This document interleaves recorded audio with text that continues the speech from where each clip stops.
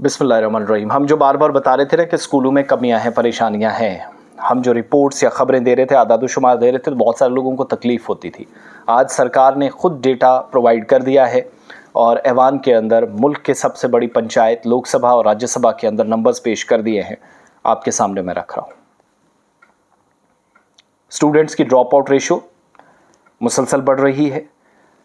Main points पर आ जाइएगा। सिर्फ 51% स्कूल्स में 10th के बाद करियर गाइडेंस दस्तियाब है। 10वीं के बाद 17% स्टूडेंट्स या तलबा ख़ानदानी कामों में मसरूफ़ हैं। और वजारत तालीम ने, एजुकेशन मिनिस्ट्री भारत सरकार ने ड्रॉप आउट कम करने के लिए जो टारगेट सेट हैं वो इक़दामात उठाने हैं, टारगेट अचीव करना है, उस पर तवज्जो देने के लिए कहा है। माहिरीन की मांग है कि वोकेशनल ट्रेनिंग और ख़ानदानी मदद से स्टूडेंट्स को स्कूल में रखा जाए। ड्रॉप आउट की वजूहात मुलाजमत, इसके अलावा अपेरेंटशिप और ग्रेड दोहराना, ख़ानदानी काम, ये सारी बताई जाती हैं।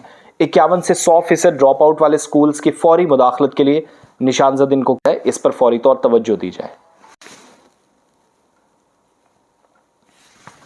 इस पर फौरी तौर तवज्जो दी जाए।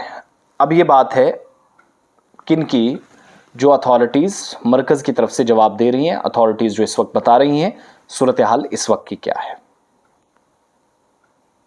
अब आ जाइएगा, मैं अभी वो रिपोर्ट्स आपको बता रहा हूं कि आज के वक्त में भी परेशानी है।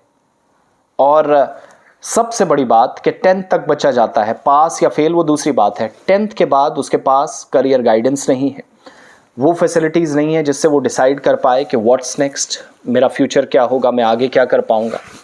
प्लस ये बात याद रखिएगा, खिते के अंदर मौजूदा वक्त में सूरत हाल ऐसी बना दी गई है, ऐसी सिचुएशन बनाई गई है कि 50% जो बेंचमार्क है, ये मिनिस्ट्री के नंबर्स और आदाद-ओ-शुमार रख रहा हूँ कि स्कूल जो हैं 51 से 75% और 76% से 100% रेंज के दरमियान जहाँ ड्रॉप आउट रेशो है, उन पर टारगेट या जो आपने अहदाफ तय किए थे उसमें कामयाबी नहीं मिली है। इन पर फौरी तौर पर जो मुतासरा इलाके हैं वहाँ पर काम करने की ज़रूरत है। प्लस 10th के बाद 17% बच्चे, 17% बच्चे after 10th they don't know where to go and what should be the right path for them। सरकार के आदाद-ओ-शुमार के नंबर्स के मुताबिक उनको ये नहीं पता कि यहाँ से आगे क्या करना है, 10th के बाद हमारे पास ऑप्शंस क्या हैं, और वो अवेल करने के लिए मौका नहीं मिलता। इसके अलावा एक्सपर्ट्स ने अब किस बात पर जोर दिया है कि पेरेंट्स को इन्वॉल्व किया जाए। वोकेशनल ट्रेनिंग ऑप्शंस, जो असातिज़ा काम कर रहे थे, अब उनकी अपनी मुसीबत, सरकार तनख्वाह नहीं बढ़ा रही है, काम पूरा लिया जा रहा है। यहाँ एक्सपर्ट्स फिर से कह रहे हैं आप और काम डालिए, तो फिर उनका भी हक अदा कीजिएगा, वो और इंटरेस्ट से काम करेंगे जो ऑलरेडी आपको 100% रिजल्ट्स दे रहे हैं, तमाम सब्जेक्ट्स पढ़ा रहे हैं। यूथ डेवलपमेंट प्रोग्राम, नौकरी या मुलाजमत के हवाले से प्रोग्राम, तालीम का जो इको सिस्टम है और मयार है, इसको बढ़ाया जाए। फोकस इस बात पर, ये नंबर्स मेरे नहीं हैं। 51% स्कूलों में करियर गाइडेंस अवेलेबल ही नहीं है। सरकारी स्कूलों की मैं बात कर रहा हूँ, सरकार की एजुकेशन मिनिस्ट्री की बात है। अब आप फैसला कीजिएगा कि गलत कौन। डिपार्टमेंट बहुत बचने की कोशिश कर सकता है, लेकिन खुद उसकी पोल जो है अथॉरिटीज़ कर रही हैं। अनफॉर्चुनेटली हेल्थ एजुकेशन सिस्टम हमारा पूरी तरीके से लैग कर रहा, बिखरा हुआ है।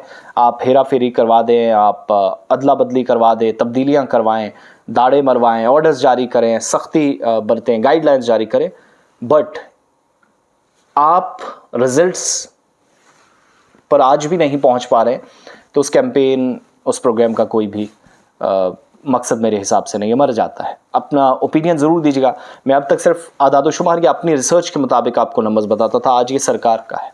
और फिर स्कूलों में सवाल पूछा जाए तो मीडिया, NGOs, एजेंसियों के जाने पर पाबंदी आयद कर दी जाती है। जो गलत कर रहा आप काम करिए, आप अथॉरिटी हैं, केस ठोकिए, जाने दीजिए ज़रा अदालतों के, पुलिस थानों के, मीडिया वाले भी चक्कर काटें, लेकिन जो हकीकत है उसको तो सामने आने दीजिएगा। अपनी बात रखिएगा बगैर किसी गाली गलोच और बदतमीज़ी के। आप क्या सोचते हैं, तालीमी निज़ाम और मयार को बेहतर करने के लिए क्या करने की ज़रूरत है?